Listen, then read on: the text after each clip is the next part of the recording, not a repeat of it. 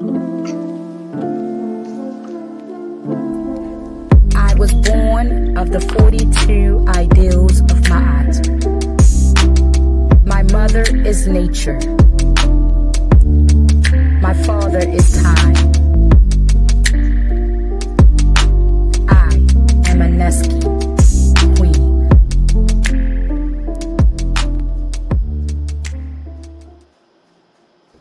Okay, what up, Baltimore? It's me, your girl, Aneski Anna Kimset. I am the queen of what life is like. Aneski literally means she belongs to me. So here we are at another episode 19 of Be More Mindful podcast. And I, of course, belong to you for the next 60 minutes or so. And I have my guests with me. So you guys, I'm telling you now, I got another great gentleman on board with us. He's going to drop some jewels, I'm sure of it. And we gonna get right into it. We had a few little technical difficulties from getting started late, but y'all know me, the show must go on. And so yeah, let's get it started. I appreciate everybody who's checking in. Today is 7-Eleven. I'm pretty sure y'all went out there and got them Slurpees too. 7-Eleven 2024, episode 19. For those of you who've never joined us before, if you want to be able to enjoy the conversation, we have a few little simple, I don't want to call them guidelines, more like expectations. They're scrolling across the screen at the bottom. If you don't really know what they're about, check it out. LOVE is easy to remember. This is about a conversation all simply about love, and we're going to end it in peace and love, and we just going to get things going and let's see if we can fill ourselves up with tonight. So today's guest, I met in April. I'll never forget the day I met because you guys all know that I am not only I'm a sponsor, I'm a fan, I'm an advocate, I'm a super little Zay Zay fanatic. You know what I'm saying? So I was at his birthday party, his album release party, and there was this gentleman there who he was doing a podcast interviewing Lil Zay Zay, and I'm gonna let him get more into details about what he do. But when I went to follow up on him, I found out that he happens to be notarized as the mayor of Park Heights. And so yeah, the guy's great. He has a lot of things going on. Make sure y'all get on the Instagram and follow him and support him. Other than that, I'm going to introduce to y'all who I know is Mr. All or Nothing, but Mr. Akiwi. Is it Akiwi? Kiwi. Akiwi, Mr. Akiwi Bonds. All right, there you go. You have the floor. I'm gonna turn this AC off. Back. Okay.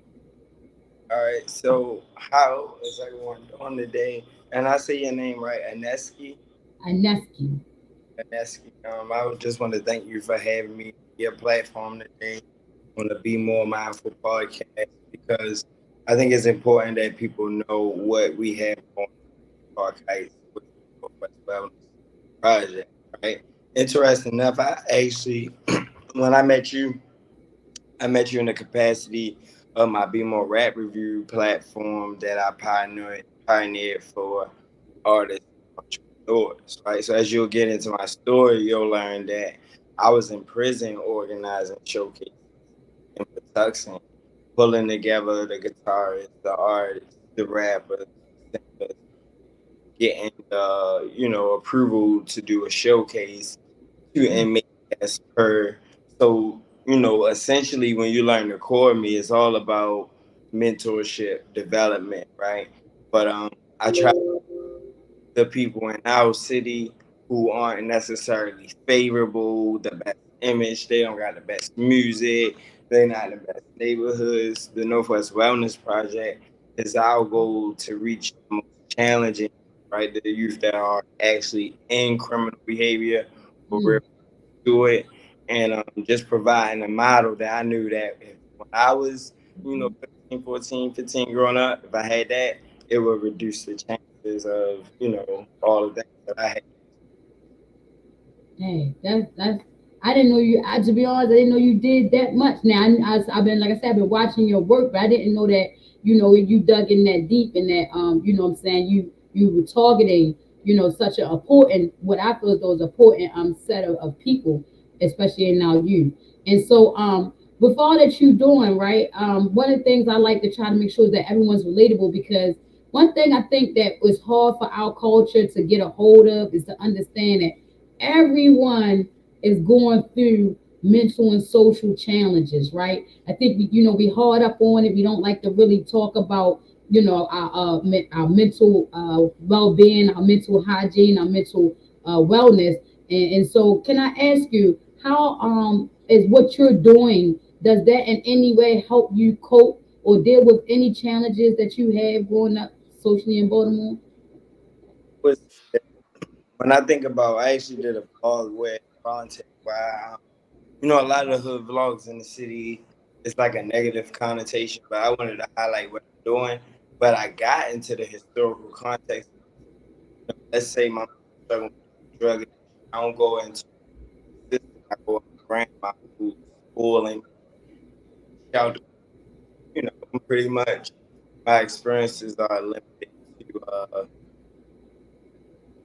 you know, good, wholesome Mm-hmm. environment. Oh, my mom. Now I'm living off, off court. So mentally, I want to explore. Mentally, I want to expose every week. Got the Sunday suit, you know, going in the trash that aunt dropped off. My cousins decided to keep that. When I look at just being on the plate, having tough or not automatically just going hard, like it's like, all right, now the stigma, the feeling, the emotion, the depression that comes off upon soccer, fight, right? Like we're talking about the playground, Mm-hmm. sandbox. It started from the beginning, right? Now I go to school. I'm encountering what? That same bully, that same energy, that same mental depression that I gotta think about when I go home, not even including the trouble that I'm getting in myself, not that my mother only getting maybe $1,000, $1,200 a month amongst our 4 kids, right? Mm-hmm. There's no debriefing, there's no unraveling what I'm going to. You don't really know. Like Right. Right. we had 4 bedrooms, 2 bathrooms. So me, this one room, my brother got his own room, uh her own room, my mother got hers. But when we were young, when we first moved in, we all slept on her bed and took it all slow. Mm-hmm. So mentally, right, the violence I would want to focus on, because the normal, the culture when we go back, like fight back, fight back. Now, even when a parent think about like this, where they think that whooping, smacking, the enforcement for good behavior. So now, smacks the projects at the house, laughing about that, joking about that. I'm getting what? Angry. When you get angry when a bunch of kids like looking at you, what they do? Somebody joke angry, Yeah. that's more funny, right? So you Yeah. you know what? You gonna fight and punch somebody in the mouth, or you gonna joke back and I real funny, right? So even to this day, I'm a very serious demeanor, but I got a sense of humor. So that was survival tactic. Older brothers for a while that got me through, a lot of instances. Like I turned some very hostile situations into funny. Like even my friends who drive would really be fighting somebody, say something funny, like yo man, like, and then get joked about that in school. But Mm. what he's describing is that 6 years old, Dr. King is the elementary school, Oswego Mall Court is the project, right? You got split, you got Upper and Lower, it's like a small project. There is Yeah. no projects in Park Heights. Mm-hmm. That's door, screen window, like housing. You ain't Yeah. Oh, that's what I was wondering if he was having a little connection problem. Let's see. See if he come back on. Probably somebody might have called then. And it happens. It happens. And make sure I tell him he can put his phone. Might want to put his phone on silent. Baltimore. While we letting a Kiwi getting himself together. Most likely, probably a call came through. I want y'all to make sure that y'all jump on Instagram and you follow him. Make sure you see what you can do to contribute. He has a summer program out for the youth now. As you can see, the Northwest Wellness Project is up and running. It just, if I'm correct, the outreach program for Father's Day. And when we have these young men, we always asking for people to step up. We always ask for people to put their foot forward. We always ask for people to do something. So when we have these young men and even these young women, but especially, yes, Baltimore, I'm gonna say it, especially when we got the men, when we have the men stepping up, we have to support them. When they are stepping up doing something positive, it's nowhere in the world we should be allowing them to do so on their own, especially when we've been asking so long for this to happen. So I see, like I say, he's coming back. There we go. You had a call come through.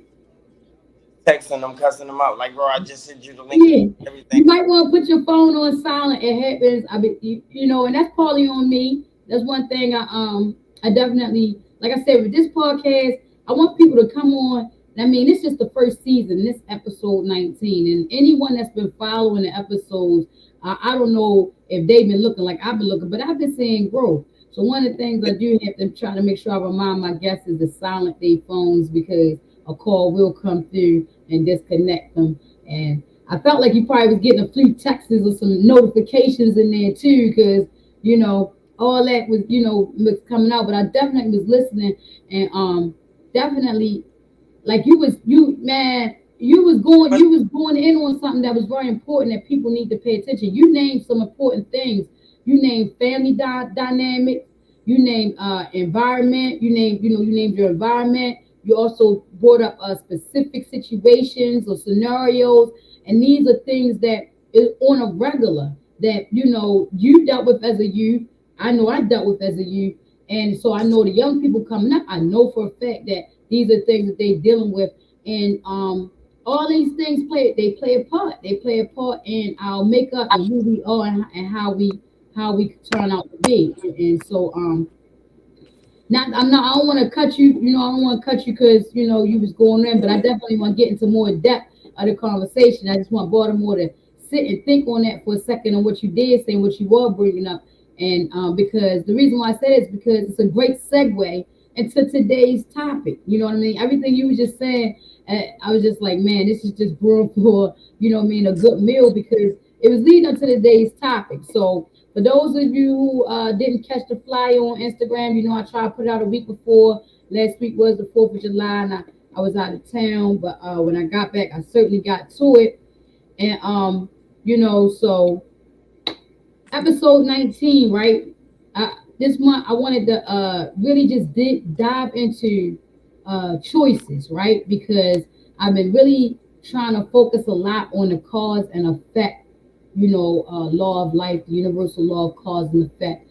And I've been really trying to pick up on this thing where I say, like, if I don't like the effect, then I need to change the cause, which means that I need to, possibly change some of the choices I'm making or be more mindful of the choices I'm making because I know that the effect is what's caused or what's more important. So episode 19, I posted the flyer there. It says choices we make part 1.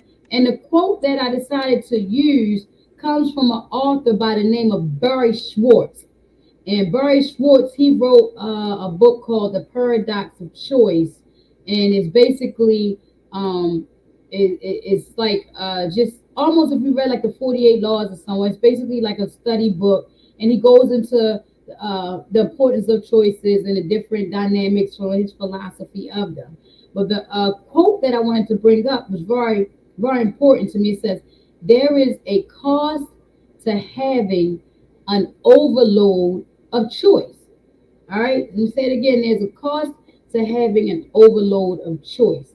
And so I definitely wanted my guests to chime in on it with this conversation because uh, with the story that he has to tell, and even the pictures he was painting just before, he was disconnected. I mean, he was saying growing up in what would be considered the projects in Park Heights, and growing up under the circumstances and dealing with bullying and dealing with, just your everyday uh, adolescent challenge, challenges as an adolescent and teenager and being in school, school age.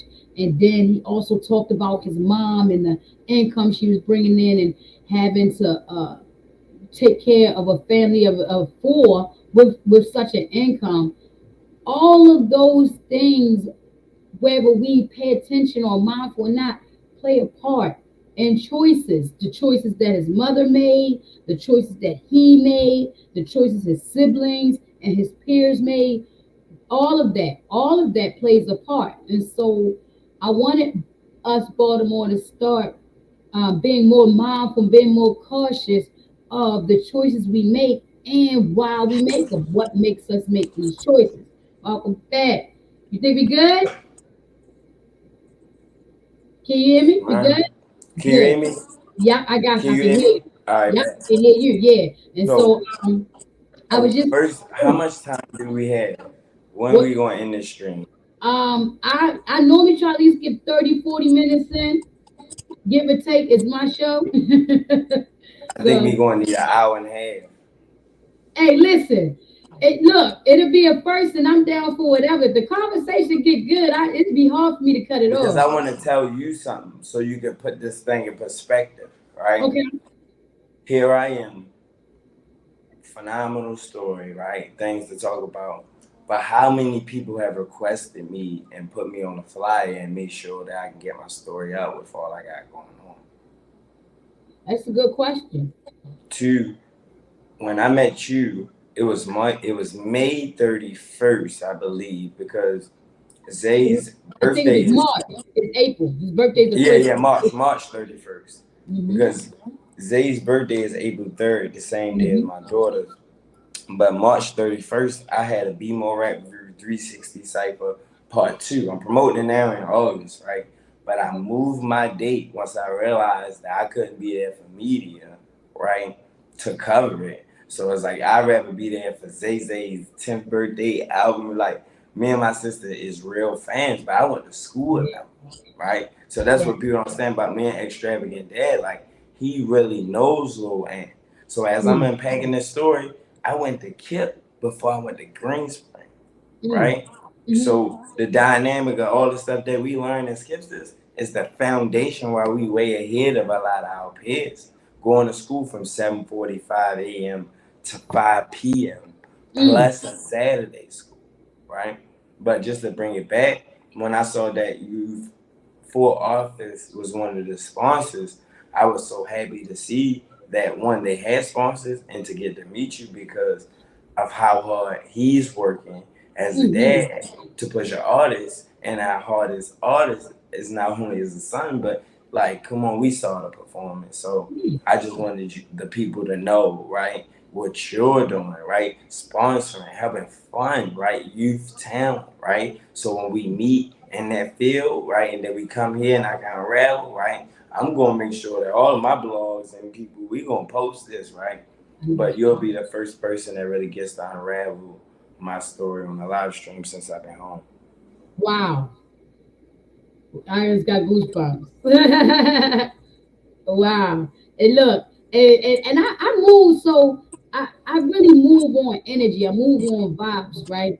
And like I said, I had we caught a vibe, just from conversation. We could both see that we were both, first of all, we could tell we were both very passionate about this young man, this young king on the rise, and how inspiring, all that he is. So, that was the first connection. But from there, as as I, learned what you were doing, and then I started following you. One of the first things that caught me was your exercise in the morning. I mean, and more importantly, your consistency. I'm big on people investing in what they value, right? And I feel like you can tell what a person values by what they invest, not just their money, but more importantly, their time into. And I realized that you put a lot of time into the community, and you put a lot of time into your you being a role model, you being, an example of what you are trying to display. And so I had I needed that. I said that type of energy I need on my podcast, because what I'm trying to do, my platform is to, again, like I said, is to expose the least, the little thing, the little diamonds in the rough. It's the little diamonds to me that shine the most brightest. You understand? So I'm honored, to be honest. When you accepted the invitation, I was excited. I kept talking. I got a man pump. So Yeah. I was pumped. I'm pumped. I was pumping Lil Zay's extravagant. When you guys come on, man, like I was just saying, you had tapped out. I said, I keep it 100. Baltimore, come on now. Let's be real. We always asking for our young men to step up. We always ask for our young men to do something positive. We always asking our young men and then when they're doing it, there's a lack of support. Let's get real. You know what I mean? Let's be more mindful of what we're asking for. And then when we get it, let's support it. Let's keep it going. Because then you turn around and seems like you guys will get to be doing something good, and 2 years later it don't exist. And somebody saying, yeah, I knew that wasn't gonna last. Yeah, it wasn't gonna last. You ain't support. You ain't do nothing, you ain't share nothing, you ain't tell nobody, you ain't even give a dollar nor a dime. All that matters. You know what I mean? I'm gonna keep it 100. All that matters. Support is important. It matters. So this is one of the ways that I try to support, is by making sure I expose those who need, just need another outlet, another network, another platform to continue the mission that we've asked your young men to step up and do. So it's an honor. I thank you, and I appreciate anyone from your side that tap in. I appreciate them, because if this is not about me, this is about we.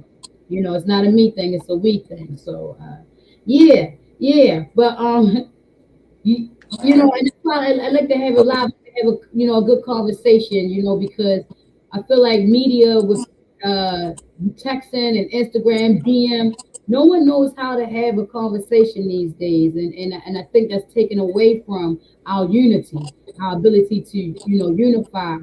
And that's what being more mindful is about. It's a platform for a conversation, so we can unite and get this thing under control, so that we can all be on the same mindset. you know. But I appreciate you and all that you do. But yeah, but we was getting to the topic, right? And so I'm gonna flash it real quick. I'm gonna flash it real quick, because I'm pretty sure you get ready to tear this topic up, especially with your story. So like I was letting everybody know, I'm gonna bring it back up for those who, and y'all know that I go off of the quote, and the quote is, there is a cost to having an overloaded choice. And he would take out right there. Y'all see that? The devil is a lie. Adversity is something, you guys. I'm telling you. I be sometimes when stuff like this happen, I try not to allow my emotions to get out of whack and my frustrations to become overwhelming, because I know for a fact this gentleman has a lot to offer in conversation, and especially about choices. When you're talking about someone who's coming from uh, a life of imprisonment back into society, into what we consider quote unquote freedom. And not only they enter society with the thought of being back into civil, being back a regular, just a civilian, but even more stepping up and being a leader in the community, then it makes me want to enlighten people, when it comes to making choices, because that's obviously a choice that was made. And I was just sharing with the audience that one of the main reasons why I felt this topic was right up the alley for you is because, again, because of your story, when you talk about someone that's coming from being in prison, and then they come back into society, and not only do they come back into society to just re-enter society. Let me give them a few. Maybe. Can you hear me?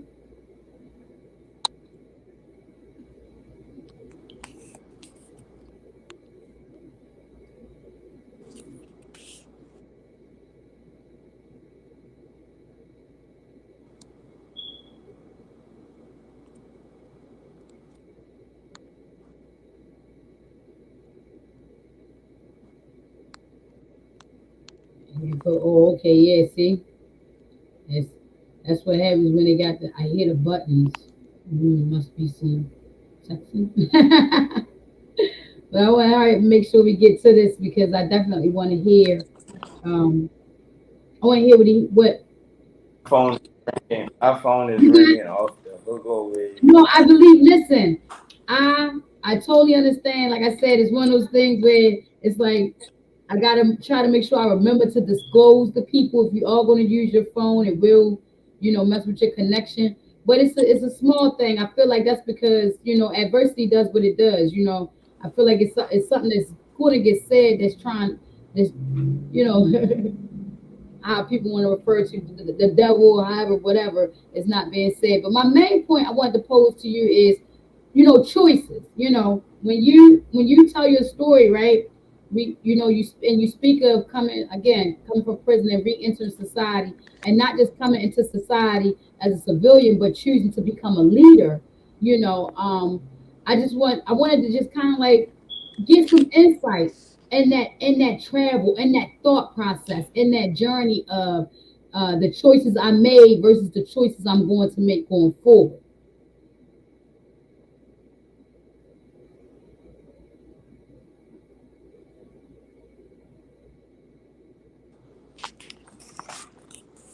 You heard my question? It hasn't kicked back in yet. Can you hear me? I can hear you. All right. So I You can can't hear hear me? you, but I just heard that you can hear me. I was supposed to be talking about choices right now, right? Yeah, yeah. Can you hear me? All right. So it's when I think about choices, right? I think about intentionally making that bad choice so much that it becomes normal to the point like Mm, breaking the houses was the first level of criminal behavior that some of me and my friends engaged in, right? So think mm, about where my mom's not purchasing me. She up at the shoes, and you know how you get shoes in the beginning of the school year, and you might get some shoes on Christmas, right? But we talking about a big gap of time of feeling like, well, I want what they want. I want to be fresh like how they fresh. I want so getting these stuff and then having a pawn shop, we could just go and get $200-300 for this stolen laptop. Now I'm gonna get a pair of sneakers. So now the hustle mind begins, right? And then there's the drug addiction. So I actually wrote a book where I wrote steps to becoming a zombie, right? Inside of this mm, book. So I talk about now with your choices, right? By you one engaging in this criminal behavior, two clicking up and kind of committing to these people who that. So when you go outside, that's what you're going to. You don't even have a choice. Well, likely how we kind of following. Most of the time he's the leader, who's the toughest, right? But I think about the choice to disrespect my mom, right? The choice to not listen, the choice to say, hey, you know what? Because you can't give me $20 right now when I need it, because you can't support my marijuana addiction, because you can't support my shoe addiction, because you can't support my clothes addiction and let me, deal with these girls. It's like my choice is to disrespect my mother and get deeper in the streets. So mm, when I kind of think about this whole time, but you're talking about jumping up off the porch at 13, right? Because this is the in between going to high school summer, right? A very critical year for a young man who has no identity, hasn't figured himself out, doesn't know if he's tough or soft or whatever he wants to be, right? But then now I'm going to sell this dope and crack because those kids who stand out the corner and hustle, they fresh, like they good, they smoking all they want, they eating chicken boxes at one and cheesesteaks at night. So it's like, man, next thing you know, I'm leaving out at 7 in the morning every day. To the point, my mother's just like, yo, I couldn't even get you up for school. And here mm. it is, sometime you ain't gonna do what is you doing, right? And my mother is a helicopter parent who don't play. So I think about getting beatings, right? The whooping side, right? When you young, the belt was highly acceptable. And That's the form of discipline, right? So you're trying to whip me into what? Submission. So the streets is trying to do what? Whip me into a beast. Right. So the more you whip me into submission, that don't work out here in the streets. Now if I let somebody smack me and don't do nothing and stand right there and cry, I'm a punk. I'm a whore. Like I can't even live with myself, right? So the level of wanting to just be who you are and who you feel and like to play games and sit in the house and watch TV or play yourself, whatever you want to do as a little boy. Now you're competing with, oh, I really do have sex. I really do have girls. I really do smoke more than you. I can smoke this whole blunt, that little skimpy blunt, or that little sip in a cup, boy, we drink the whole week. Now we what? We high and drunk. So as I'm going into my trying to figure myself out, I'm going into the norm of self-destruction, right? And in my neighborhood, it's not like, it's like, all right, hustling is the standard, but hurting someone is the requirement for respect, right? So after 13 and 14 and 15, right, you talking about gang banging, having sex with girls, selling dope, and being fresh fronts, light skin, corn. Like, there's nothing I'm allowing anyone to tell me, because with my choices in my mind, I'm the only one making a way for me right now. In my household, my brothers ain't going the street. I'm the youngest of 4 children, right? I got my oldest brother is my father, basically, my father figure. So there's a point where I gotta kind of get into, is like, all right, I'm all the way out there in the streets, right? And when I'm gang banging and stuff and pretty much doing what I'm in these high school, I'm from Park Heights, but I get accepted in Patterson for my first year. And what I don't know is that this gang that I'm affiliated with is not really official. So Park Heights is respected because we violent and nobody gonna play with us. But when you go over East Baltimore, those guys in Patterson, it was like South Compton Central in there. Like so I'm in the shock. Like, I've been outside, I've been on MySpace with it, right? But here I am. I don't like the guys who wear red, because I got traumatic experiences where he robbed me or called. Like, they are most likely in Upper Park Heights. There used to be 100 of them outside of McDonald's. So now my older homeboys, they're wearing blue and black fast and left. I assume they Crips. So now I'm going out here like I'm a Crip, right? Not even an official gang member. Not even really like knowing what the hell, this stuff mean, right? So when I do get around someone who's saying they're official, and they want to jump me in, I'm like, yo, I'm not letting 6 dudes jump me. I don't give a fuck what y'all talking about. Like, I'm going to keep throwing these little signs and blue and stuff, but y'all is not an OG pop. So now I'm fighting the guy who's the OG of the set. I'm not like getting no leeway, but it's like, but I'm fighting back, like giving them, everything, and I walk on the block mad. Now, where I'm from, I got homeboys that we grew up, how you go body. They're not gangbanging and stuff. I'm the one that's going in the upper block and doing all this extra stuff, because that's what young black men do when they don't got no fucking guys.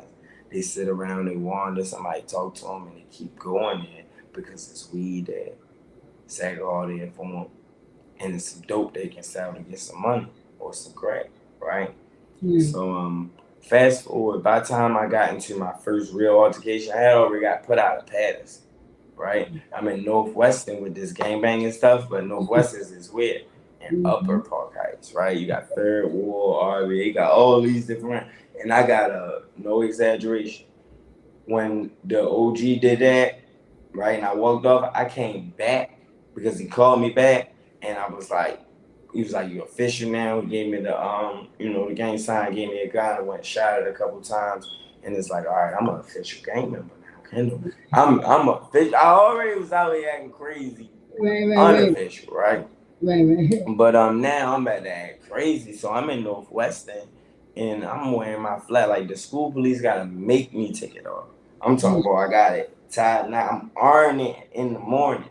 You understand what I'm saying? I got a marker. I'm drawing all this stuff on the bus, and overall, it's just like I'm creating this persona of Antelope. And when I go in Northwestern, I got little young guys like I'm influencing. So there's this leadership quality that my neighborhood see. I went from being starved and Lord to just going stupid hard to like, all right, like, but then I realized, like, yo, that's what give me respect. If I fight back, or I just spark something up. So now, 8th grade, somewhere in between, the 9th grade, me and my homeboys going all around Park Heights beating up people for no reason, robbing them with BB guns, right? And breaking in people's houses that's a few blocks down. You know, Green Spring on Park Heights, you better not go down there. Then white people, we breaking in those houses. We are literally creating a criminal enterprise. We don't see it. We just we need stuff for stuff, right? But it becomes an obsession with what? The choices that you make, stuff that you got. The girl's like, yeah, I gotta keep this up. So when one day I'm in school, there's like 12 blood dudes beating the hell out of this Crip dude. And I think like, oh, it's a Crip. I'm supposed to do what? Help. This guy ain't nobody grew up with in my neighborhood. I don't know him. The only thing we did was like identify that we both wear blue and kind of like, talk off the basis of that. So I hop in this and I get my tail whooped worse than him. Now, mind you, as an individual, nobody played with me, I had respect, all the type of stuff people going through. I'm like so reckless, blatant, whatever I'm doing that it's like, and then I come from a neighborhood that's respected in Park Heights, so it ain't like when I'm in East Baltimore with all this stuff, right? Where the school police telling me it's a threat on my life. I think they lying.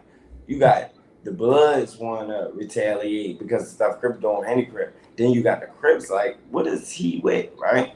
So I hop in this, right? I get jumped real bad. My jaw is broke, right? And now the guy that I just created over the last 2.5 years, whatever this jump on the porch and gangbangers with weed, something dope. I'm so every day getting up, 7 in the morning, I got dope, I got crack, I smoke, haze. I'm literally, this is all I wanted, like the goal I wanted to smoke. And now as I'm getting deeper into it, I'm learning the other stuff of being in the streets, right? The clickness, the overpowering, the controlling is the I own you and that and everything you do. So there's no individuality. And when you do try to do something, it's this ostracization. So we do what? We come back to please the group because we gotta be real, right? So the book I wrote was called Going Against the Grain. And now when I get jumped this bad, mind you, these guys, I'm seeing them every day. Like we deal with each other in the sense there's a respect level. So when I hopped in something that they always hopping on, this is standard. People get beat up in school every day. So when I hopped in it, I basically put myself. So come to find out, this incident was like, this guy was a twin. Believe this or not, this guy's a twin, right? So by the time they can't catch this brother in Carver is a neighborhood predominantly by what? Crips. So they jumped this guy that was from Park Heights going to Carver real bad. They can't catch him.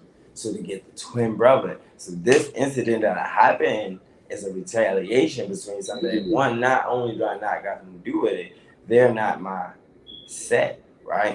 So I'm sitting in a hospital. Say this happened on Wednesday, Thursday. I'm sitting in a hospital, jaw wired up, right?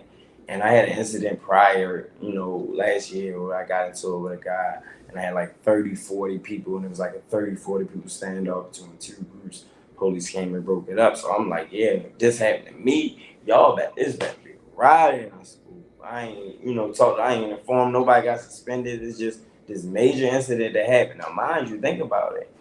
I was jaw broken in school. There was literally no debrief. There was like, you went to the hospital, got jaw broke. So guess what I do on Monday? Out of the hospital. I came to school. So something happened. When I was in the hospital, guess what I'm saying? Joking, I said, that sense of humor I told you I got. But when I walked to the car and discharged and I saw my face in the mirror, face was this fat, I didn't recognize myself. And it started to settle in that I'm on a liquid diet for the next 6 weeks. Wow. So this is 2008 in the school year, in the 10th grade, right? I come into the 11th grade. Now, what I did was I didn't retaliate on none of them guys because one, it would put my neighborhood sandbox friends and some gangbanging stuff, and two, they didn't even handle it. They ain't attack me and push me around, you know what I'm saying? So I, on the strength of like some principle stuff, I let that go, but I held that and I looked at my face in that mirror, and it was just like, I remember holding my mother crying that I never let someone hurt me like that. Fast forward, I'm hitting the school, I'm drinking and stuff, and a guy antagonized me and my friends. We argued, and he chased us with a gun, basically like on some. And living in my neighborhood, mind you, psychologically, I'm not about to take any more bad publicity. I already feel like I didn't do nothing, so I retaliated immediately, right? And that's when I threw my life away. So to wrap this up, because I know you got to debrief and process some questions and stuff. There's a whole story as to how I got into this. This is attempted murder where I threw it away. Like, you know, there's literally a surviving victim who, you know, and now I'm basically in my mind, I just murdered someone. Like, seeing the movies is like this splat and all that. It's like, no, I just murdered someone, and then I go to school as if I'm just, you know, I'm a criminal. So I was here all day, right? And the real reality is that he survived. He already informed them. They already on the way too. So within a few hours, I was incarcerated, and the story in which how I was inside, what I did inside, this transformation is the most important part. Because now we're dealing with the aspect of, one, how did you get out of that? And two, how did you change inside of that? And it all started with this event right here in 2010. Okay. Where I'm leading a group of young men, right? This is me, you see, right there, the pointy head guy with, you know, I got the arrow pointing to it, right? And Sister Warren comes in on this youth L section. No one's here for less than murder, attempted murder, rape, or robbery, right? This is the worst. Juveniles are the worst, waived up for adult charges or charged as an adult. And I organized 20 of them to do a step style performance, watching us stomp the yard 100 times. The Warren was a Q dog, brought the Qs in, right? And the reason why I was comfortable, because that school I told you, man, extravagant dad went to, I was on the step team. I didn't have no problem being like, I always liked that, right? None of those guys raised their hands except for one guy named Rick. So I said, hey, look, let me promise him a pizza party and a sub party, and let's go to, you know, we get gym at every practice. You know how many people signed up? We in them cells, tight, sweating. When it's summer, like, you know, so by every time they let us out, we fight. We was the only juveniles coming out for about, you know, 4 weeks worth of practice. And the parents came in because we were juveniles in the Baltimore City Schools, Eager Street. So they come in, and instead of them just having a regular little whatever, little cute stuff, we performed this in a way, you know, stomp the yard, you go against each other, right? So I formed it like that, right? Boom, they go, we go. And then we formed this big cha-cha slide together at the end, right? And when those parents came to me, the respect that I got, it was a pivotal moment. It's like, yo, all that go hard. Like, I go hard. I'm still in bad situation. It wasn't a straight turnaround, right? But, you know, the process began. So now, fast forward, I'm over to jail. I'm 18 years old. Ain't no more cute stuff. It's like, all right, you're in the jungle. I have to decide if I'm going to play and take this case to trial or plead guilty. And I had to take 30 years off suspended, but 15 in 2009. So I want you to do some math, right? Ooh. In 2009 plus 15, that's 2000 what? So we get up to 2024. Is that 2024? 2024, where we at right now, right? So I wasn't even supposed to be home till now starting. I came home in 2016. Wow. So in 2012, here I am building up a repertoire, being an academic tutor after immediately getting my GED. You think I struggle with academic skills with a mother who made sure I went to school, right? But I'm in Western Correctional Institution, the worst prison at 18 years old. So I started writing a book speaking to me. Going against the grain, it's like, yo, see, we always, we gotta go with the grain. You want to grain. Sometimes that grain is breaking into somebody's house while you're supposed to be at school. Right. Sometimes going against the grain is disrespecting your mother and making a choice to stand on a basketball court and selling dope all day and having the neighbors here. Hey, I see your son out there. Yeah. Well, like, it's like, all right, I might go and play basketball, but be on a court. We're talking about 12-hour shift from the sun up to the sun down. And then when the winter break, I'm still out there. Wow. You understand? It became, this is the standard. So no longer I'm doing this to get money. And she was like, no, this is just what I do, right? And predominantly over top of all this, there's a violent culture in the entire city. So Yes. my going hard and everything that I've been bred is the reason why I'm surviving this L section jungle. But my poetry, Akewi means poet, right? I'm writing guys their letters back for their girlfriend. So I'm constantly tapping into this leadership sharing model. I'm writing girls write me back like they talk, but I'm enjoying this, right? So fast forward, I'm academic tutor, but I get placed into Patuxent, the program I was supposed to be, a youth offender program. And that's when I was able to really thrive and develop and do those shows and stuff that I was telling you about, right? Yeah. So we talking plays, showcases, right? And even becoming one of the youngest mentors, right?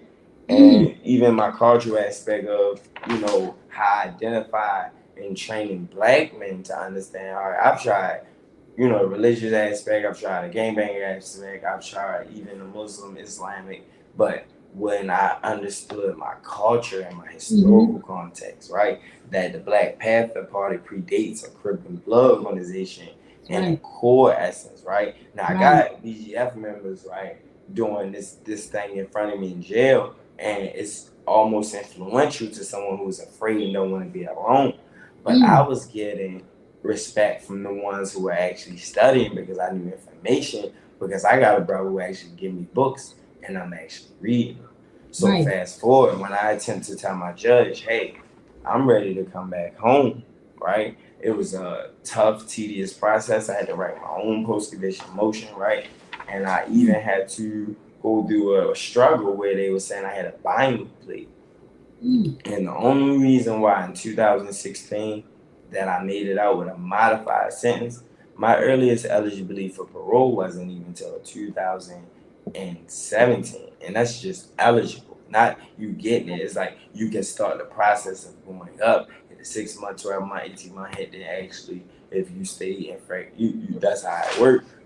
But what I did was, now I'm presenting all this stuff. I got a book, recommendation letters. I've been an academic tutor in Cumberland and now in Patuxent and a mentor. I even do the dog program where I'm training dogs from a rescue center and myself. It's like, this guy, what are we talking about? Right. And there's a state's attorney saying, no, he had a binding plea.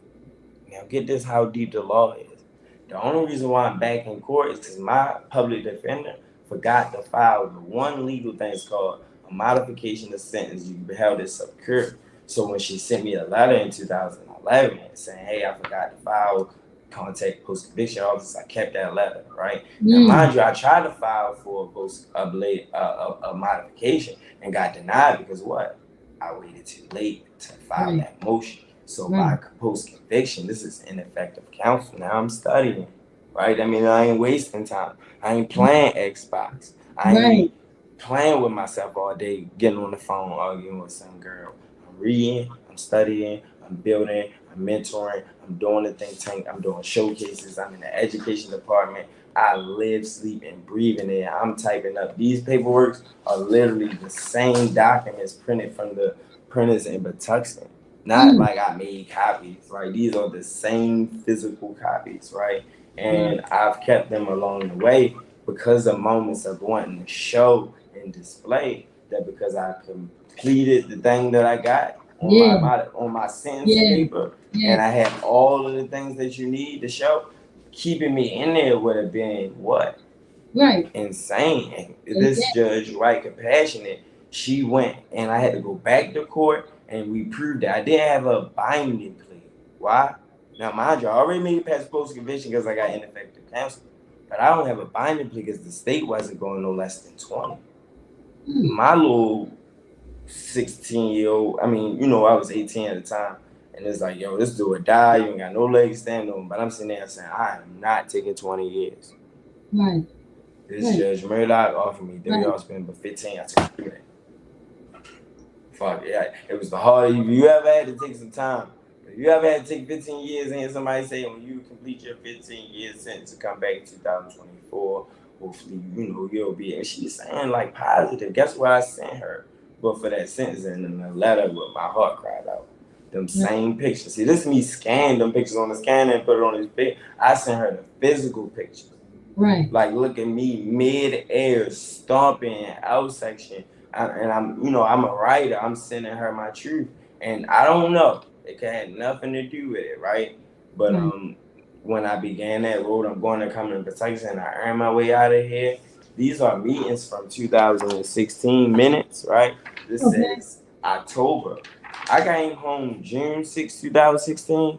I had a community event July 2016. I know that's right. I immediately began. I got a yoga job in 2 months. How I get a yoga job? Connections from people who knew me from in there. And my references, the same people who's writing letters in court. It's like, how do we help? Sulaksha Nabhasharya, 3 founders, Holistic Life Foundation. I went from just training, 23 years old. It's from 17 to 23. It's like a youth works type situation. They hired me full time because when I get in front of them youth, I'm talking about young people. I'm telling them my story like how I'm telling you now, and I'm tying in how I using these tools that I didn't have could prevent you from ending up like me, because I'm lucky that I'm even standing in front of you. Right. I don't even want to use the word luck, man. Bless. And it's making me mad because I cannot hear you. Yeah, but listen, I'm in awe right now. I'm not even gonna lie. And not to say like that. So my husband, oh man, he just came all the way out. Man, I'm in Baltimore, man. A lot of y'all know my husband. He's done time, and a lot of my friends, associates, and people have done time in the prison system. It's a iffy thing for me. It's hard. It's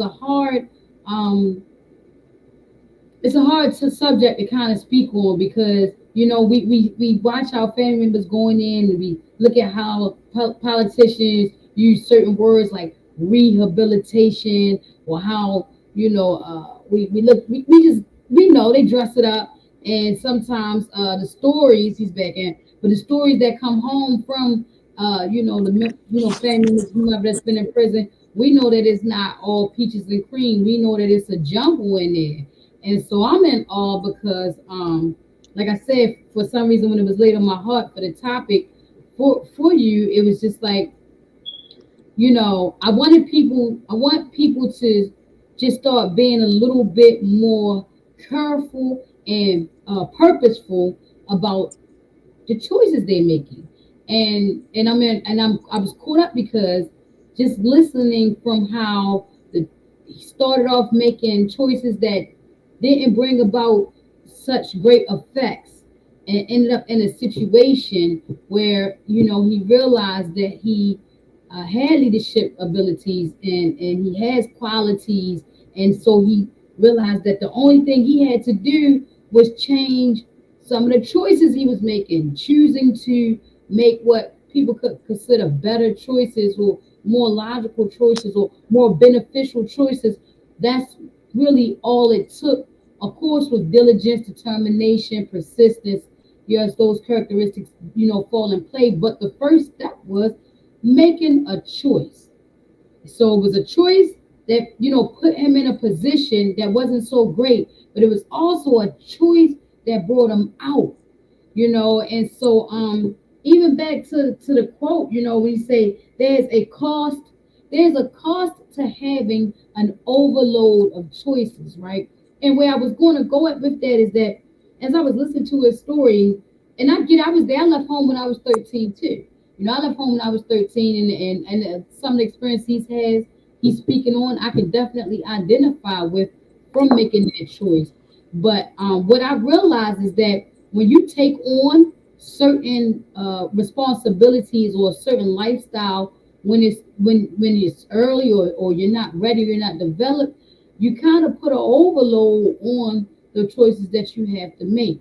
Prime example, like he's describing, you were describing it at your back. You were describing just growing up your life, your life growing up as a youth, trying to find yourself, trying to quote unquote, we all know, fit in, trying to, identify with who you are, you know, that comes with when you make a choice to try to choose to be in the gang. That's an overload load of choices. Like you said, now you gotta be expected to do things that harm people, or do things to maintain your status, or even just like you say, carrying the flag. So I'm just trying to present that. We Three know. of them. One on Mhm. my head, one on my neck, one just ridiculous. Go ahead, I'm sorry. Just right, and the thing about it is, at the time, and that's another thing that we have to. I think one of the things you're able to do, and what makes you a good leader for the youth, is that you are able to identify with that mindset. Because now, mind you, I trip over people when that we older, we looking like, what's wrong with them? Why they act like that? Why they do that? Don't act like that wasn't you 20 years ago. And I think sometimes when we forget that, or we act like we so far connected from that, we lose the ability to keep the bridge there with our youth.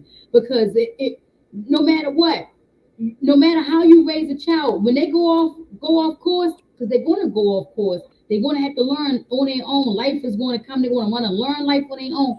But still, the foundation it will be there. And you're a prime example of that. Just saying, like you say, your mom was on it. She was hard on you. She would make sure she wasn't for none of that crap. She wanted a direction for her son. She knew which way she wanted you to go. But the choices you made took you in another direction. But when you got into a position to have to make better choices, it seemed like you were able to come back to your foundation. You understand? Am I wrong? Am I right? Yes, See what ma'am. I Yes, mean? ma'am. And Because it's a constant redirection. Because there's this negative environment in prison. Like you think the streets is negative. The like prison don't got no space for no positive Nick. So it's like, all right, I'm 18, 19, 20, 21. Mind you, I'm doing step at 17. So Mhm. this standing out becomes my new go hard. Like you pay attention to me now, if you follow to me on the gram now, right? Look at all the energy I put out, right? Oh yeah, And all the people. So this same power existed, but it right. was channeled where? To nothingness. So can you imagine turning 31 years old, right? And discovering that all of the street stuff that you have argued with your mother, family, but I'm talking about you did knife fights and joint about a block to find out that it all meant nothing. Yeah, So yeah. when I write this book going against the grain and I'm implementing this mentorship program and I'm doing this summer camp, I'm trying to do whichever way I can do to get people to see that I'm serious because I've been doing this for 7 years. That's what people don't understand. For Mm-hmm. example, it comes so full circle. I can show you a list, right? That Mm-hmm. got this is where I'm like, I'm somebody project, and I rebranded because I found out Red Jackson is already a thing, right? So it's like Right. I initially it was like immunity prep, right? But it's still the same core program. And I'm at Shake and Bake with my brand new first time ever summer camp. But these big, tall kids, right, who Mm-hmm. are 9 and 12 and 15 are Mm-hmm. like big old teenagers, and they were a whole nother program that I partnered with. Well, one day, and I tell the program director, you want to know something? Them little girls, when I first started Northwest Wellness Project, I'm making $50 an hour working that yoga job, right? Mm-hmm. 1 hour a day, 2 hours, 3 hours max, right? So 50 hours a day sound good, but if you only got 1 hour a day, bi-weekly check, that's $500 non-tax, Mm-hmm. right? I don't got Right. no rent. I'm fresh out of the joint. Mind you, I got this job within 60 days. I don't even know what it's like to be a man. Like I left when I was 16. Right. Staying with a girl meant that I was stay sneaking. Like I had like so I'm trying to give people an understanding. Like yo, I'm power and dynamic, but I am green. They not understanding, but it's basically as I'm trying to push this program, I'm also reintroducing Lil Ant as a Kiwi to people who only know what all the stuff that I just told you about. Right. They don't believe this stuff that I'm talking about. I'm Hakeem on the cooler to them. I'm sitting on the 40, right?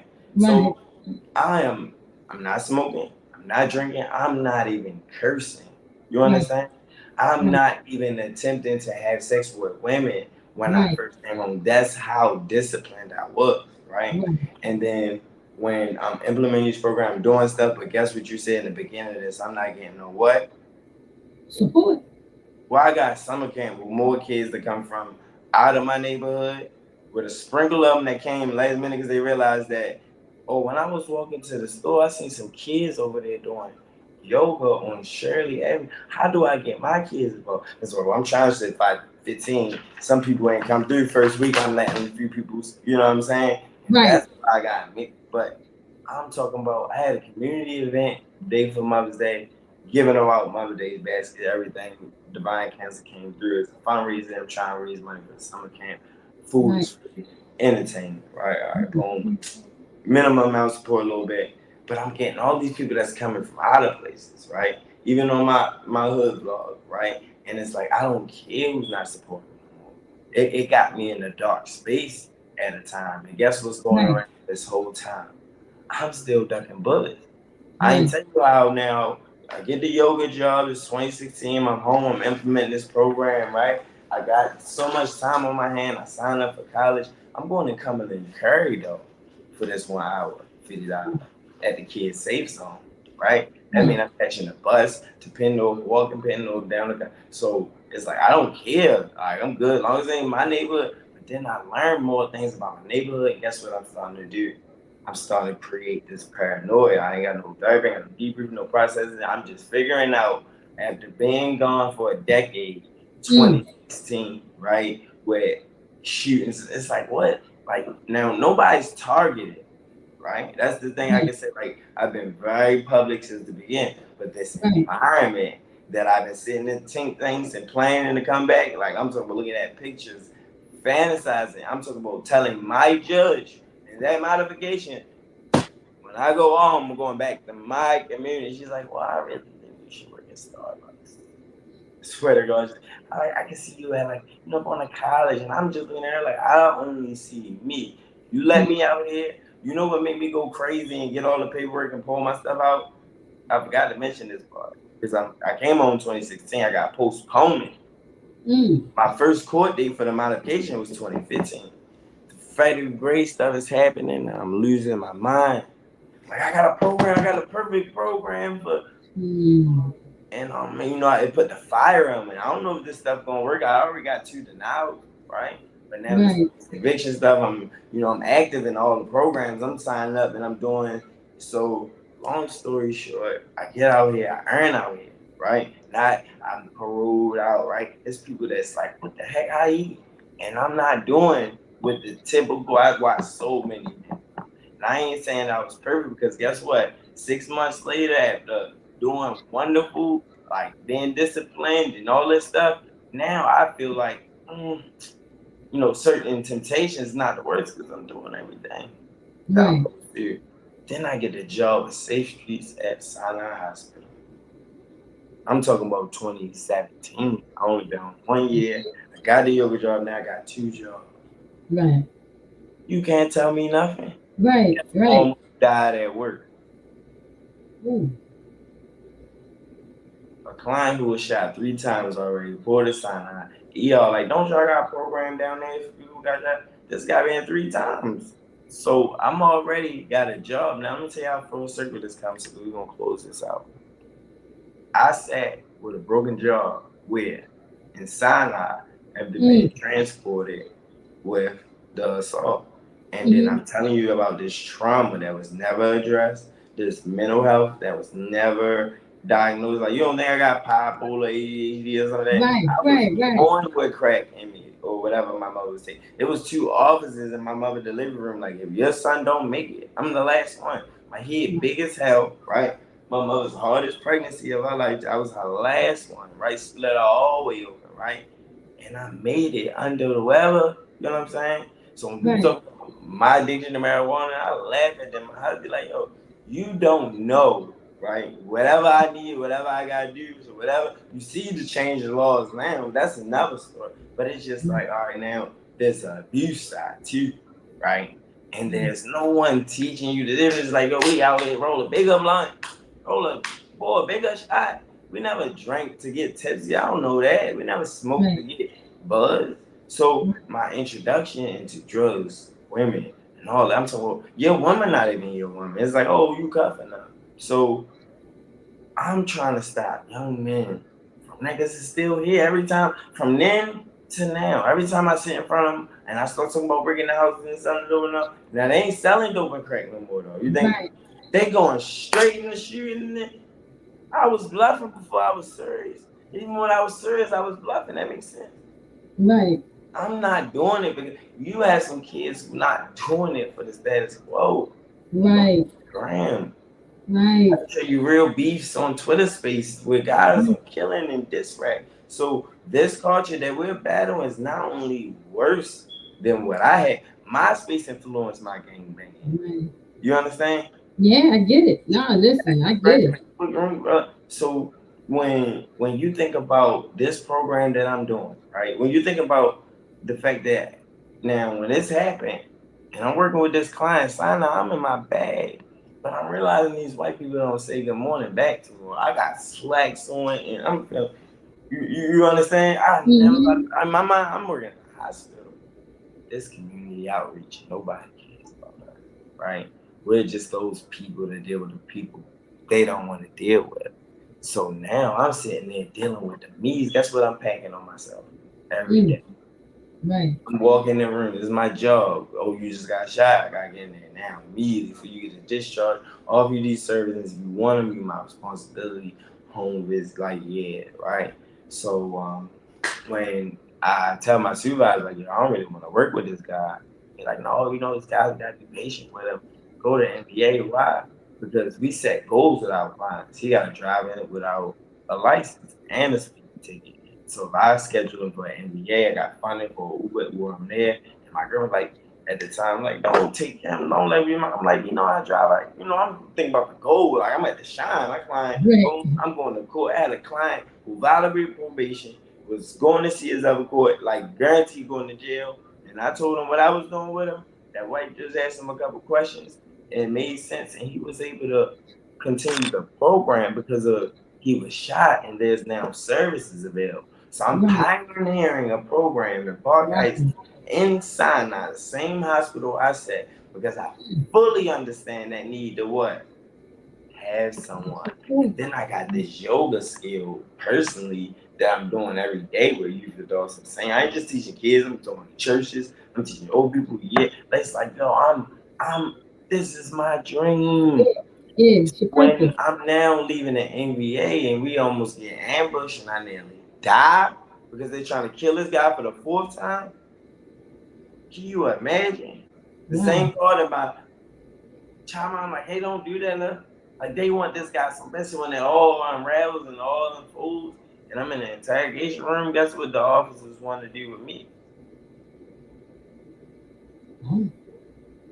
I'm a violent offender who's not supposed to be around. Why did you do this? Why did you? I was let go that day because now my supervisor, who's quote Lightbridge Health and Science, said he was under my order. That negates your whole theory of 2 ex-felons in the shootout. This is a worker in the capacity of violence interventions. Why when and guess what he passed? He passed his license test. So it's on record. These guys were waiting for him. You understand? Yeah. And I come out of that. They let me go and then incarcerate me 19 days later. I got chowed on the way, man. Right? I'm sitting back over the gym in JCI. I look just like Cumberland. It's the same development. And I'm losing my mind. And the thing is, they want me to criminally identify something that got to do with this guy. Now, if that happens, we ain't got to talk too much about that. But now I'm 23 years on my head, that modified sentence, new gun charge, and oh my God, so I hold strong. Lightbridge Health pays for me. In 4 months, I'm going to the charge. Guess what I did? I went right back to the job. Came home that Friday and went just like I go hard. You understand? So this mentality is now being applied. But after 6 months of realizing that wasn't changing, I was at the same risk. I resigned. with no sure income. Now I'm got children away. I'm domesticated in a situation. I'm making what choices? I'm going to a group with my workforce development, teaching these kids. Lady come in and teach the power of the penis, right? Right. Men don't really understand it, so she break it down economically. The lesson, right, that we need as men. So I got a lot of lessons, and I earned the name of KB doing in Kentucky. Like there's so much to unravel that I just want to close with saying that the this whole coming home in 2016, I'm leading the 20s. This is mind body. This is unbelievable, right? I'm talking about my car was riddled with bullets. There's a protection, right?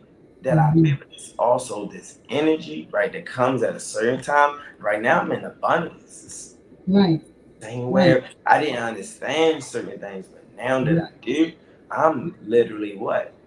Removing how it's like I'm going to work in camp, and what I'm doing, I'm sitting down because that's what I do. I end up making bad choices when things are what? Going successful. So in 2020, when the mayor gets elected and he's officially the mayor, guess who brings him out and walks him all around up and down Park Heights for my walk against violence, my second one.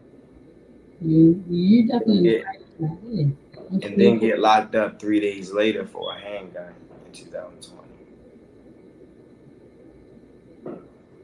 At the peak of now, I already got new employment after resigning.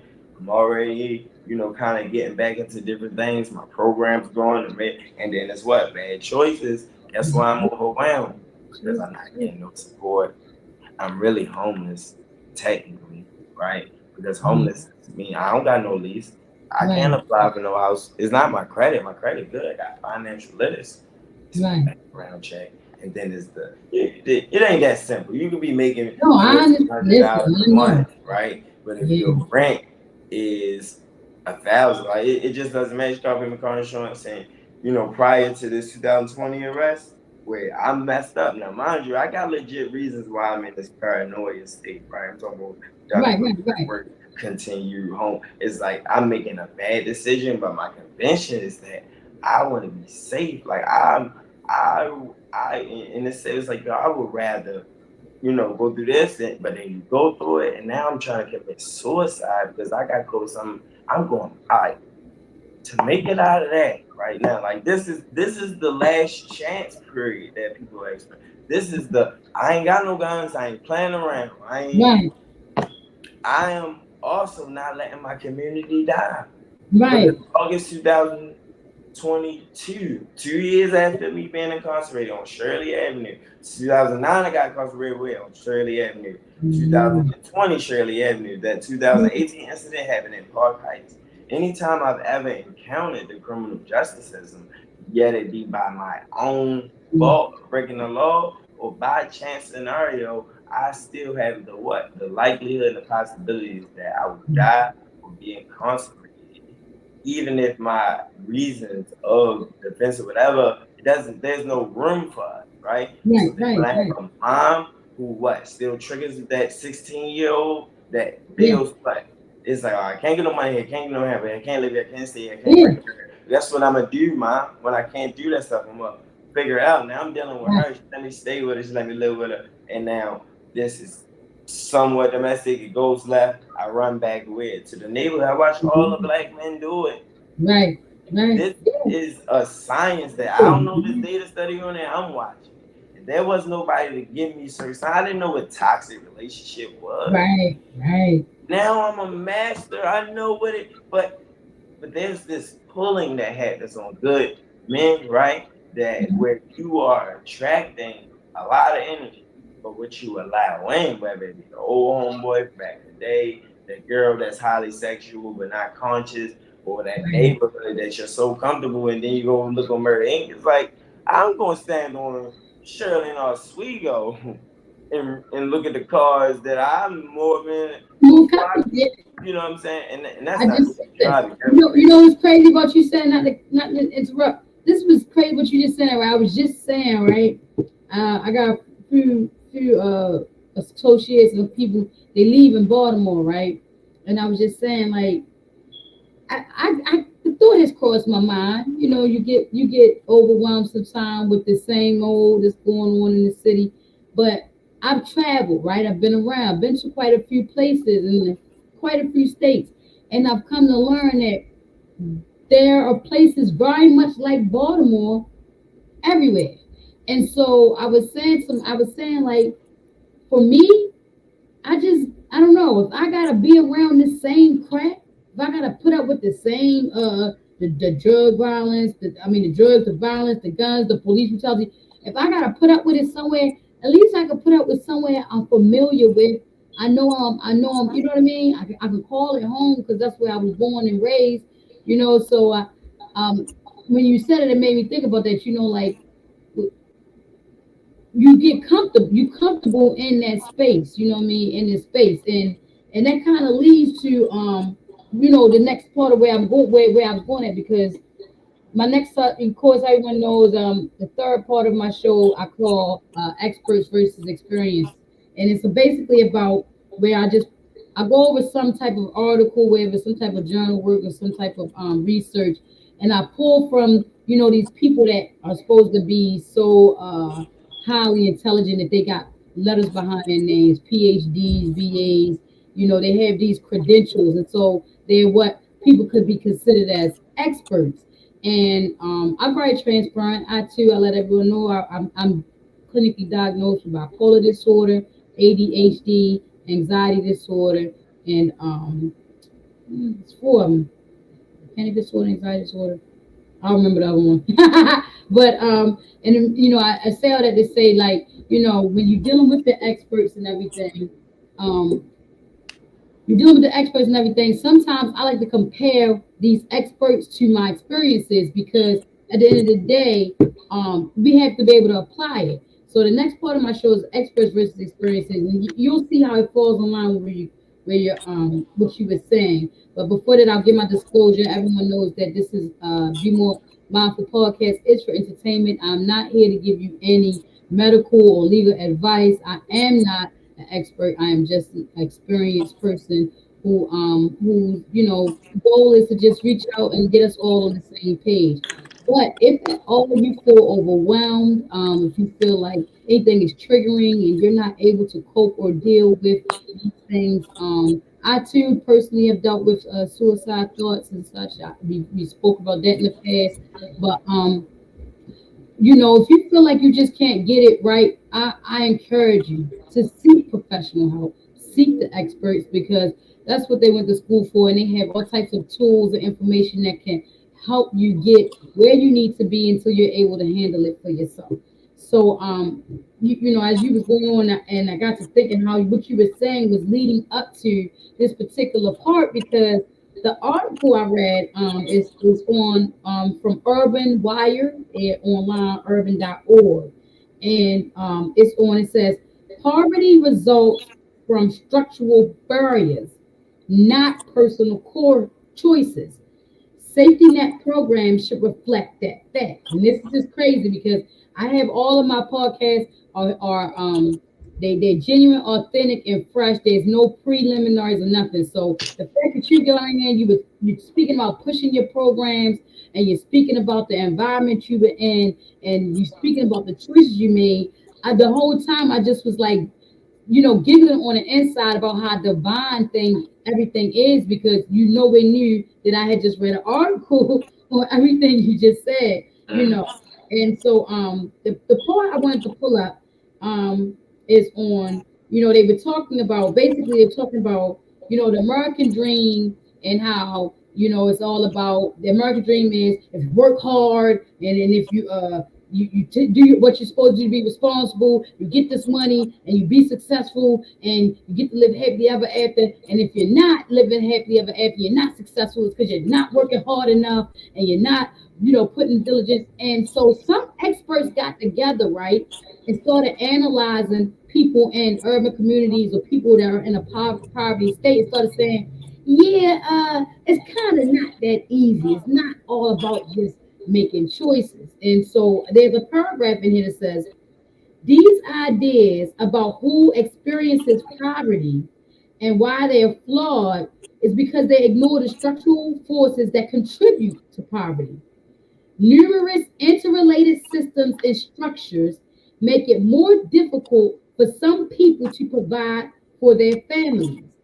These structures drive disparities in access to transportation, education, child care, health care, high quality jobs, and affordable housing near work, as well as an interaction with the justice system and mass incarceration, which is, like I said, the irony is everything that I just named is everything you just listed, like that you experience, in your life with the choices you made. And I think, the experts in this article definitely hit it on the head because as a culture, we're constantly being told, oh, we got to make these choices. You choose to go to school and choose to go to college, and all of a sudden, then this world will open up to you with money and success. But the dilemma is, a lot of us don't even get to finish high school, let alone be able to afford college.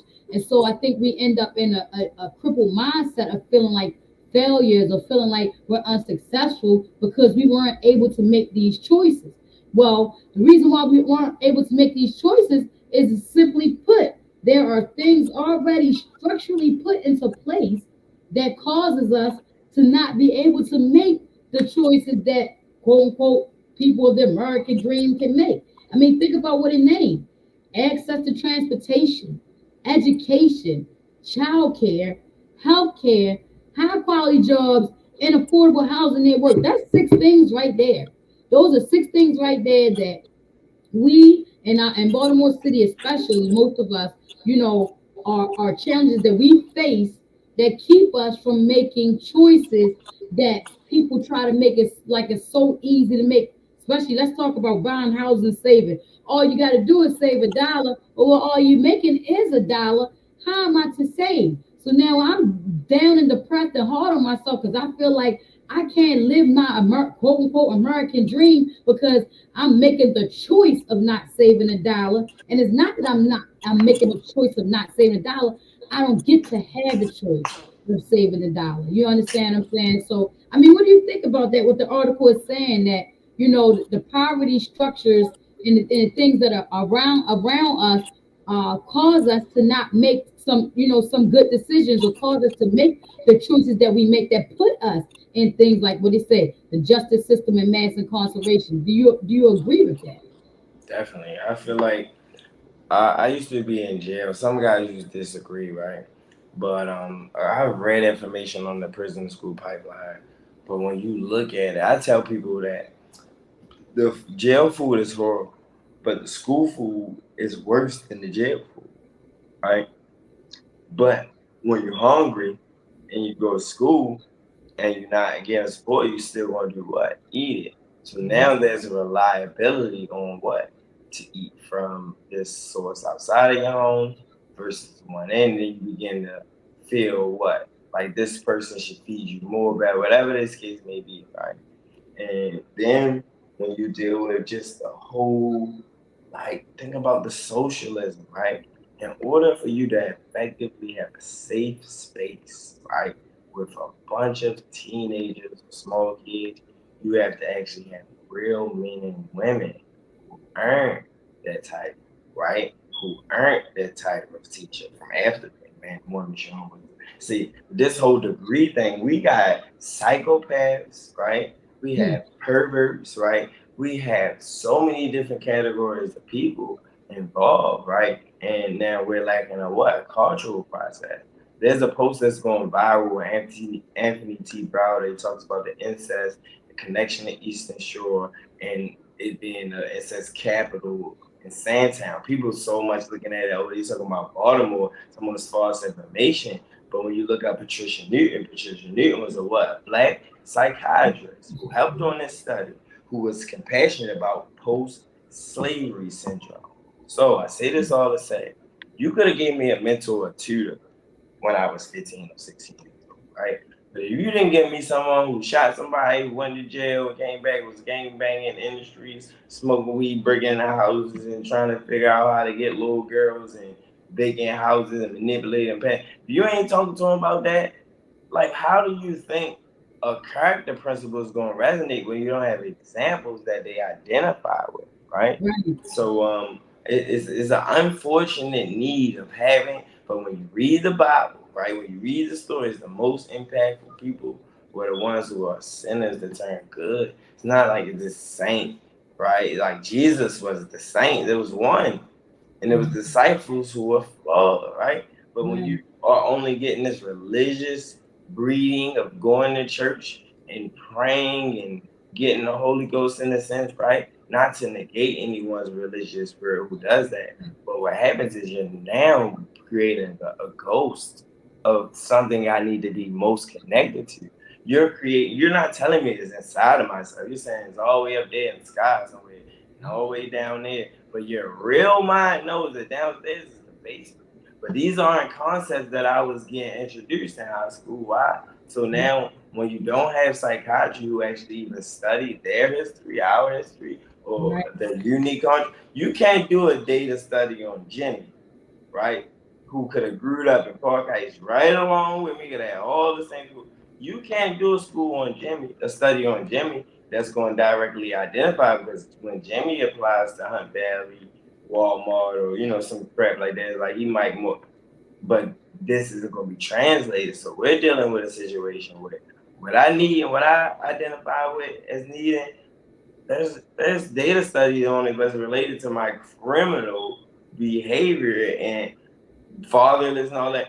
Where's the data where if we create a program that has individuals, similar like a model of say Street Square, you want guys free, but it's less filtered with the demand of that, and it's more ran by someone who's training others to continue this model that he wrote when he was 20 and 21. So I'm still in connection. I never lost tune. I was housed with young dudes, and even on my run and just saying over there, my name is still good. Nobody's trying to harm me because I use my influence for good, and that has been giving me more people and opportunities like you to call me up. And I love telling my story because people don't Man, know. listen, I get excited every time I've been blown away by surprises, in in conversations. And like I said, was briefed on it, but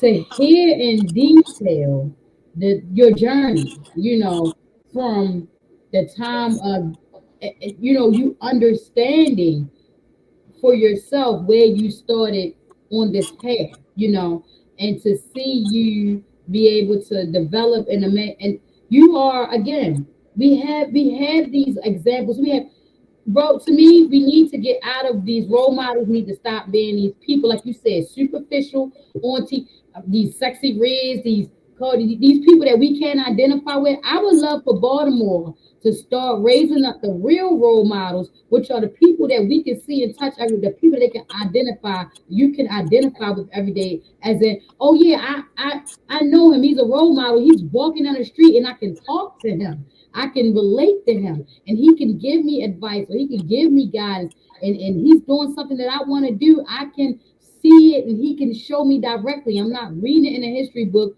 or watching a YouTube video on it, and so I think we really need to reevaluate what we consider to be role models. I think our role models need to be our parents. They need to start being the parents back in home. Where the uncles and the aunts and the godfathers that, say, I want to be like him. I want to be like her.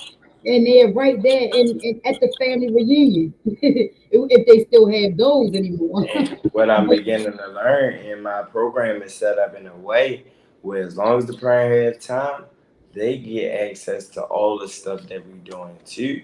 Because it's not really a kid thing, it is a family thing, human thing, it's a being unity. in balance, right? And a lot of times we expect the parents to be parents who weren't parented by parents. Like we are in that era now. You can like think about it. Yeah, You're like, oh my God, I can't believe they written it. Like it was our grandmother saying that, right? The grandmothers now that had grandmothers that supported them. That whole is like leave the kid here. What time you getting back? So like there's this new set of triggers, right? As an adult that I'm more effective now at because I hit rock bottom again. But it's like now I won't like, and that's the biggest thing. Like you gotta be able to identify your triggers post Mm-hmm. post incarceration, post anything, because these are the very things that Man, I cripple. want you to say that again for the people in the back. You got to do what? You Got gotta honestly. gotta identify. I think that's something we don't do. That identifying the trigger thing. I, and mind you, the term is kind of fairly new. I mean, people trip me out when they just like, now it's all about triggers. No, that's been there. We should have been identifying triggers. You know what I'm saying? We probably could have, did a whole lot more rehabilitation and recovery before now. But I think now it's so important too because we are on a verge of healing and coming up as a people, not just as a culture, but Baltimore City itself, it is starting to get the recognition that it's need in a positive light that's been squandered for so long because some of the things that's been going on in Baltimore been going on in Baltimore. Like even you yourself, you talking about programs you started back in 2016. You've been like you say, you're not new to this, you're true to this. You've been trying to help the youth. But why haven't I heard about it? This is my first time hearing about it. It I had brings back the Lil Zay, one of the most talented, most most clean. But it's like now, mind you, I'm posting. But it's like, come on, think about when the younger artists. It's ways more support. So that's one of the biggest things in our city. And I would never cry about support. The Be right, More Rap Review thing. It's like, say I'm an artist, I'm on showcase, I rap, I do poetry, I'm almost rap, and I realize ain't nobody. Be More Rap Review was created for the underground artists like Lil Zay, right? right, Me, and that's just another me creating a thing for people like me. So now with 17,000, almost 18,000 followers, that's all organic. That's all love. Not because I'm paying a bunch of paid promo. That's because right, every 30 days I'm reaching 100 plus artists on right, social media. And through my show events, I'm pulling them out sometimes and letting me hear a real person and giving them 4K quality visuals and interviews. And so, this whole system that I've created, my businesses are epitome of what I like to do and what I'm good at. I right. was 18 years old teaching men how to read and write in 1920. I did it so long, it's second nature. Like mentor, I'm helping people that don't even want to be. I had to stop doing that in my personal relationship. It got me frustrated. It's like, here it is. All these people listen to me, they start moving and work. But these people I let closest to me, what they do? Right. They keep dropping the ball, and I try to come in and I know I got it. And it used to drive me crazy. I ain't gonna lie. Now it's like, all right. And I put more energy into my own thing.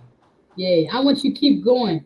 I definitely want you to keep going. You and your sister was with you. The work, she's still, you're running on certain things. I definitely want y'all to keep going. Oh, we're going to wrap it up. This actually has been my longest live stream yet. And to be honest, one of my very most enlightening ones. I'm very inspired by your story now more than ever. Like, I'm not gonna lie, I'll be looking at you exercising in the morning. I'm like, one of these days I'm gonna get down there. I'm gonna do one push Brain business. Shout out to my guy one Nazir. push up with him. I'm like, Yeah. and My you guy be Nazir, anywhere. he was training me up. I I met say, him. I'm like, one of these days I'm gonna catch you in the elevator. I mean, you'll start working out. It's like you just start working out I anyway. I work just out keep the wherever. Yeah, that's the motto. That's the motto. Like from the minute I was on the box, what I want, how these guys got the real nice clips of video. I said yeah, I'm gonna go live and I'm gonna that's show right. y'all that I'm really working out. Like, and then I knew that by cause and effect, I'm a marketer, I'm a hustler There since you small. go. So it's if I keep showing because I'm trying to motivate you to realize how much you're not working out, but you're Yeah, not doing yoga, how much you. So social media has been my best friend. It's been my way to show you, hey, yeah, this is what Kaylee. Don't think about the guy that you used to know. I'm gonna keep showing you what that's I'm doing right. now. Keep showing them. I appreciate it. Listen, so look, that Baltimore, be more mindful of your choices, right? We have a perfect example, a story right here. Not only do we have it in this live podcast, but he's written a book. He has programs that he's doing with the youth. He has lives that he's doing where he's communicating. He has a media network on social media where he's exposing artists and information. So y'all don't have a choice to not know what's going on. Tap into I something. mean, you gotta tap in. You know what I mean? So Mr. All or or nothing. nothing. And I love it. It's Mr. All or Nothing, all one word, Mr. Underscore All or Nothing. You If gonna you get all or you ain't gonna get nothing. make sure you jump on my page, you'll see him. If not, go on and Google him. I'm pretty sure he's not gonna be hard to find. Even if you look up the mayor of Park Heights, I'm sure Yeah. it's gonna be there. So I Baltimore, we get appreciate ready you to so wrap it up. much. Thank I'm you for gonna having me. For anybody who definitely, wants to support the Northwest Wellness Project, go to our Instagram at yes, Northwest Wellness Project and hit that GoFundMe, or you can hit me up at Mr. Underscore All or Nothing and get the information to the Cash App or the Apple Pay, and we will post you as an offline donation on our definitely. GoFundMe. Yes, y'all definitely will be getting something from me soon. And if anything more than if I can't share, I'm a show I work, You're you know. already doing it right now. Sometimes if I can't come through, I will try to send. I got a few little representatives that will go out for me if they can make it. But I'm definitely gonna. You got me on board as not just a supporter, but a promoter and all that. I got you. I want you to keep doing what you're doing because we need it as a city. Our youth need it, and we need it as our culture for our future. And so, Baltimore, I'm getting ready to leave y'all with my mindful thought of today, and then I'm going to let my guest give you his thought. My thought comes, I want to come from two quotes, simple. My first quote is going to come from Confucius, right? Confucius says, life is really simple, but we insist on making it complicated. And then I'm going to read from the third chapter of the Gita, which is the Hindu, what would be considered like a Hindu Bible. But if you've never heard of it, it's called the Gita, Gita. The third chapter says, something which is not good for the society can never be good for you. So, Baltimore, my mindful thought for this evening is this. Life is very simple, right?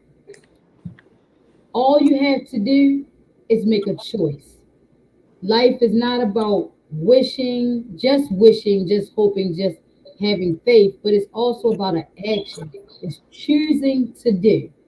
So, whatever you choose to do, make sure you're thinking about yourself first, your family, and your community. If it is not good for all three, it is most likely not good for you in the first place. Let us be more mindful with the choices we make. Let us be more purposeful about our mindset when it goes to time to make a choice. The younger we are when we understand how important our choices are, then the better the choices will be when we get older and the better people we will be as we become adults. So, adults, let us be mindful of the choices that we make as an adult, and let us also be mindful in the way that we're teaching our children on how to make choices for them to become better adults. And that's pretty much all I got for you today, guys. I appreciate my guest, Mr. All or Nothing, a Kiwi. That's it, right? A Kiwi. A Kiwi. You know I what's got funny? I actually learned from a guy who's like knows the language. My name's Arrive from Yoruba. I tell people okay. what Kiwi have a teacher for my children know Kiwi. But he was like the proper pronunciation is actually Akam. It's I like could, it's like you gotta say it you know, like in our I way. was Yeah, getting be that. going around telling people my name I Akam. could. No, it's No, like I can Kiwi. see that. I can see that. No, because that's why I kept saying it like that because I could tell by the language, the style, because I study phonetics and I study Okay. etymology. But I was looking and I felt like that. That's why I was like acute. I was going that way. But I was like, I felt like that wasn't exactly how I was. I didn't made it a like this Spanish problem. I word. love this subject. I didn't made it a Spanish pronunciation by mistake. No, it's okay. Aquaman. I A like it. Kiwi. A Kiwi. So what does it mean, man? I ask. A Kiwi means poet. Poet? Seriously? Hmm. Wow. Okay, shoot. I might want I'm to gonna make sure you get some poetry the next time. But I got like a hella that calls that I am.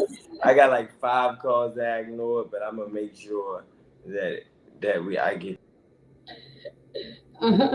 Look, wow. I'm not even going. I'm not even sure if he'll be able to jump back in. He's a very busy guy. Baltimore, I thank y'all for tapping in with us. Akaway. Now I call him Mr. All or Nothing because that's how I met him, and he's definitely that. Definitely that. Tap in, Baltimore. Be more mindful of the choices you're making. Life is simple.